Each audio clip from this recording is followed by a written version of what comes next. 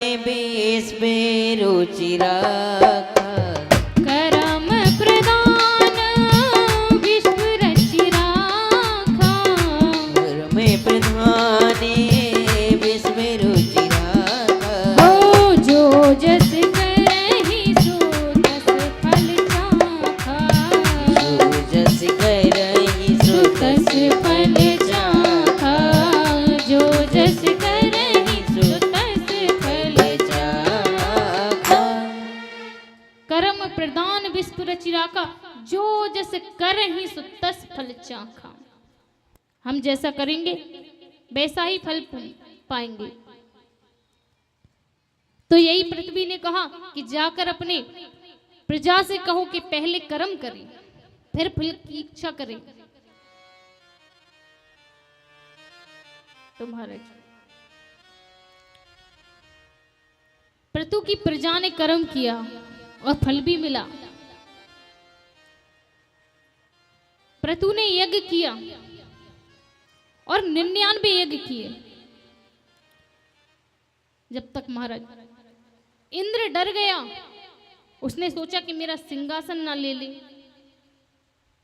तो इंद्र ने यज्ञ का घोड़ा छोड़ लिया और उस घोड़े को छोड़कर चुरा कर ले गया।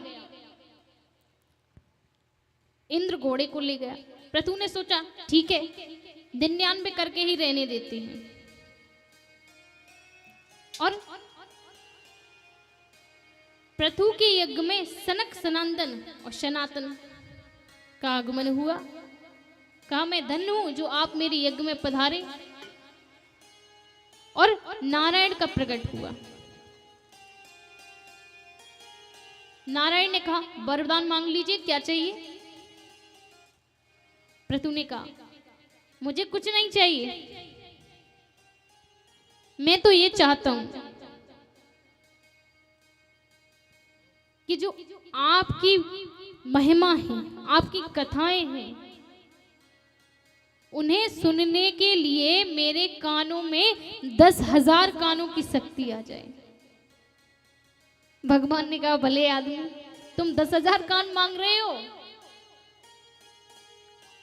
अरे मेरी कथा तो व्यक्ति एक कानों से भी ढंग से नहीं सुनता।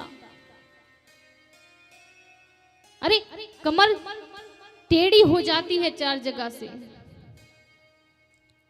पर फिर भी मेरी कथाएं नहीं सुनता।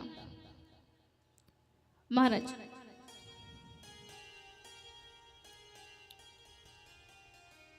और तुम कह रहे हो कि तुम्हें 10,000 कान चाहिए।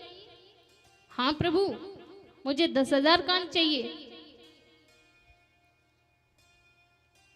तो भगवान ने उन्हें अपनी कथाएं सुनने के लिए 10,000 कानों की शक्ति दी।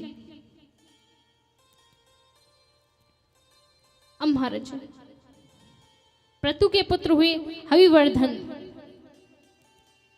पर समस्या, जब पृथु का पुत्र हुआ तो कहा ये दूध किसका पीगा। तो इंद्र ने अपनी उंगली दे दी और कहा ये मेरा दूध पान करेगा। महाराज अब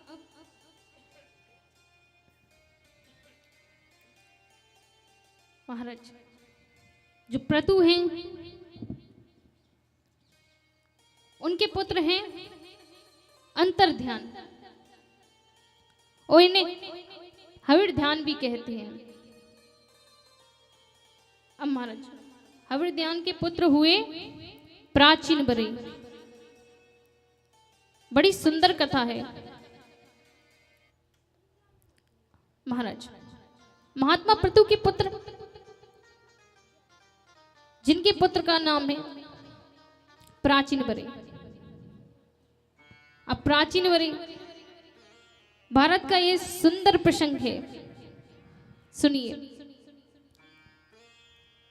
जो हर्षवर्धन के बेटा जो प्राचीन बरई हैं, उन प्राचीन बरई ने जीवन में बहुत यज्ञ किए।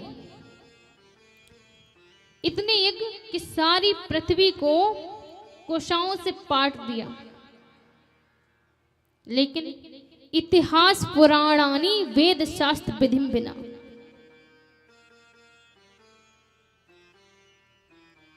अगर हम भगवान की भक्ति करते हैं और वो वेद शास्त्र के विमुख है तो महाराज वो सफल कैसे होगी?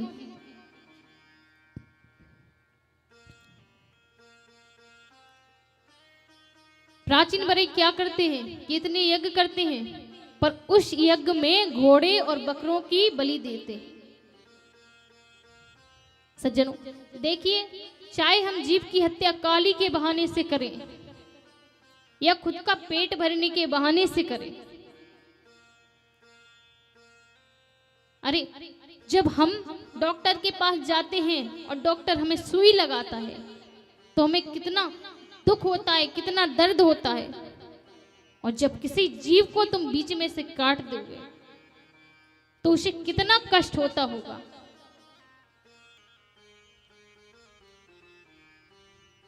महाराज देखिए, अगर हम ये मांस भक्षण करते हैं तो हमारा शरीर है वो क्या हो जाता है, कब्रिस्तान। जो वो जीव होता है, जैसे हमें कहीं जलाया जाता है और कहीं गाड़ा भी जाता है तो वो हमारा कब्रिस्तान है। और कोई जीव को हम खा गए, वो हमारे पेट में चला गया तो हमारा पेट भी मरगट हुआ ना। तो महाराज प्राचीन बरई के यज्ञ में नारद जी आए, उन्होंने कहा अरे राजन, तुम तो यज्ञ पर यज्ञ कर रहे हो। प्राचीन बरई ने कहा मैं धन्य हूं जो आप मेरे यज्ञ में पधारे।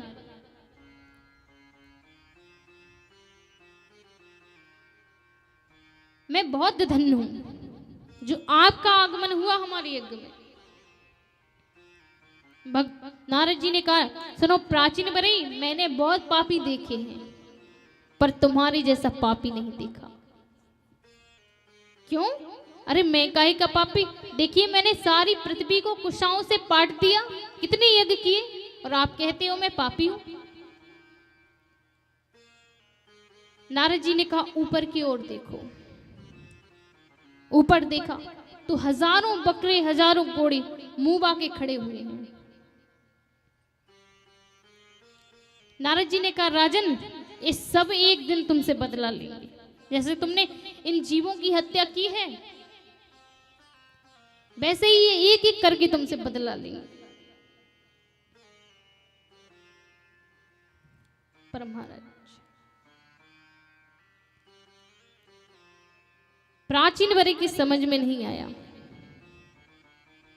नारद जी ने कहा प्राचीन बरई, हमारे वेद बड़े कठिन हैं। अब महाराज एक बात बताओ कि जब कन्या का विवाह होता है तो उसमें पंडित जी बड़ी सुंदर बात कहते हैं, तत्बरहा कन्या हृदयम आलभित। इसके बाद वर कन्या के हृदय को स्पर्श करेगा, उसका आलवेद करेगा। आलवेद का मतलब होता है छूना। और सुनो, बकरा कहते हैं लोभ को और घोड़ा कहते हैं अभिमान को। तो जब हम यज्ञ करें तो उस घोड़े को छूकर और उस बकरे को छूकर यज्ञ में आहुति दें और कहें क्या कि आज के बाद हम व्यर्थ का अभिमान नहीं करेंगे, व्यर्थ का लोभ नहीं करेंगे। और सुनो, अगर ऐसा होगा, आलवेद का मतलब मारना होगा, तो दूल्हा तो फिर दुल्हन को मारेगा, फिर शादी कौन से करेगा? महाराज फिर भी उनकी समझ में नहीं आई। तो महाराज नारद जी ने बड़ा सुंदर बखान किया। राजा की समझ में नहीं आया तो। और जो श्रीमद् भागवत में इसका नाम है पुरंजन आख्यान। संत नारद जी कहते हैं एक पुरंजन नाम का राजा था। पुरंजन के सखा का नाम था अविज्ञात। ना ज्ञातुम यहाँ शा अविज्ञातः, जो किसी के द्वारा जाने ना जाए उसे अविज्ञात कहते हैं। उस महाराज एक बार पुरंजन जीव अविज्ञात सखा को लेकर और किसी सुंदर नगर की तलाश में निकला। कोई नगर इसे पसंद नहीं आया महाराज। तब इसने हिमालय की दक्षिण दिशा में एक 9 दरवाजे वाला नगर देखा। गीता में लिखा है कि 9 दरवाजे का हमारा शरीर है, 2 आंखें, 2 नाक, कान के छिद्र, 2 नाक के छिद्र, मुख, इंद्रियां आदि।